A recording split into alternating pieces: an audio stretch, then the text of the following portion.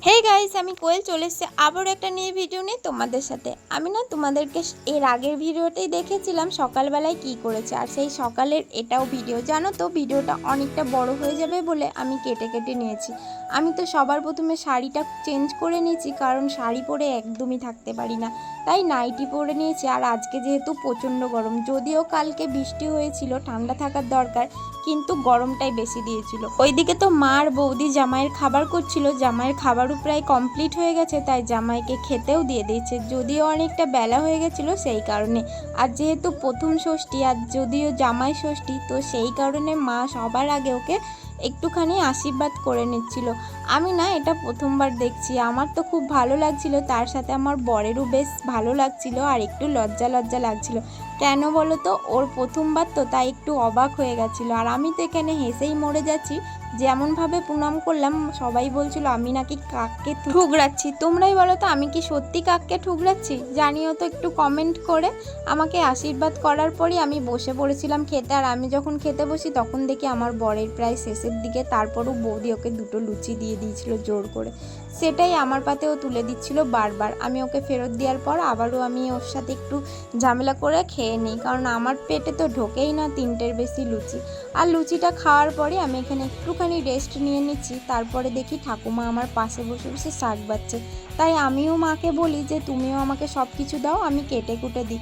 মা একা হাতে আর কত কি করবে বলো, শুধু মা না, ঠাকুমা বৌদি সবাই সাথে সাথে করছে, কিন্তু তারপরও আমার মনে হলো আমি বসে থাকলে কেমন একটা লাগে, তাই মাকে বললাম দাও, যে সমস্ত কিছু ভাজাভুজো হবে ওগুলো কেটে দিই।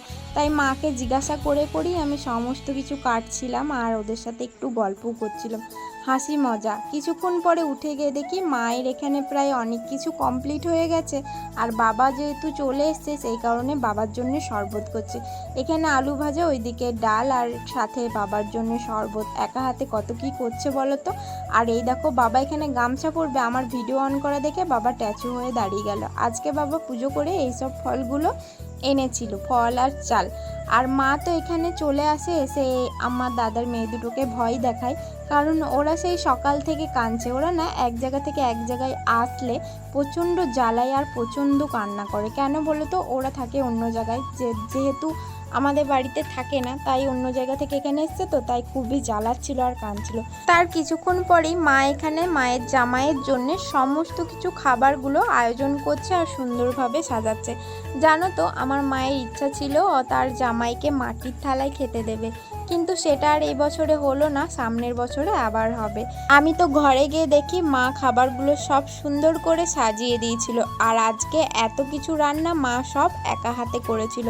আজকে যদিও শনিবার, মা নিরামিষ কিছু করেনি, সবই আঁশ করেছে, অনেক রকম মাছ নেওয়া হয়েছিল, তাই সেই সমস্ত মাছ। আর আমার বর এত কিছু খাবার দেখার পর ওর রিয়াকশানটা জাস্ট দেখলে কেমন তোমরা কমেন্টে জানিও।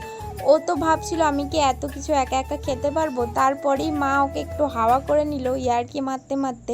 জামাই আর শাশুড়ি তো একটু আধটু ইয়ার্কি চলে, মাকে তো শাশুড়ি বলে না, নিজের মায়ের মতো ভাবে, তাই আমিও বসে পড়লাম ওর পাশে খেতে, কারণ ও অত কিছু খাবার একা একা খেতে পারবে না।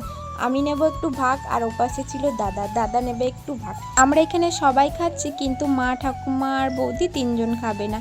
আর ওই ফলগুলোকে নিয়ে এখন ঘরে যাচ্ছি, বিকালে দেব ওকে কেটে। তারপরেই আমি ঘুমিয়ে পড়েছিলাম, আর ঘুম থেকে উঠে ফ্রেশ হয়ে নিয়েছিলাম। ফ্রেশ হয়েই রাস্তায় দাঁড়িয়েছিলাম, আর ফোন করে শুনি মামুনিরা আসবে মানে আমাদের বাড়িতে আসবে না, আমার মামা শ্বশুর বাড়িতে আসবে, যেখানে আমি থাকি ওখানে পইতে আছে কাল ভোজ, তাই আসবে। আমি তো মামুনিরা চলে যাওয়ার পর এখন পুরো নাইটি চেঞ্জ করে নিয়েছি, কারণ গাটা ধুলাম সেই কারণে। আজকের ভিডিওটাকে এখানে স্টপ করছি, ভালো লাগলে লাইক কমেন্ট শেয়ার করো, টাটা।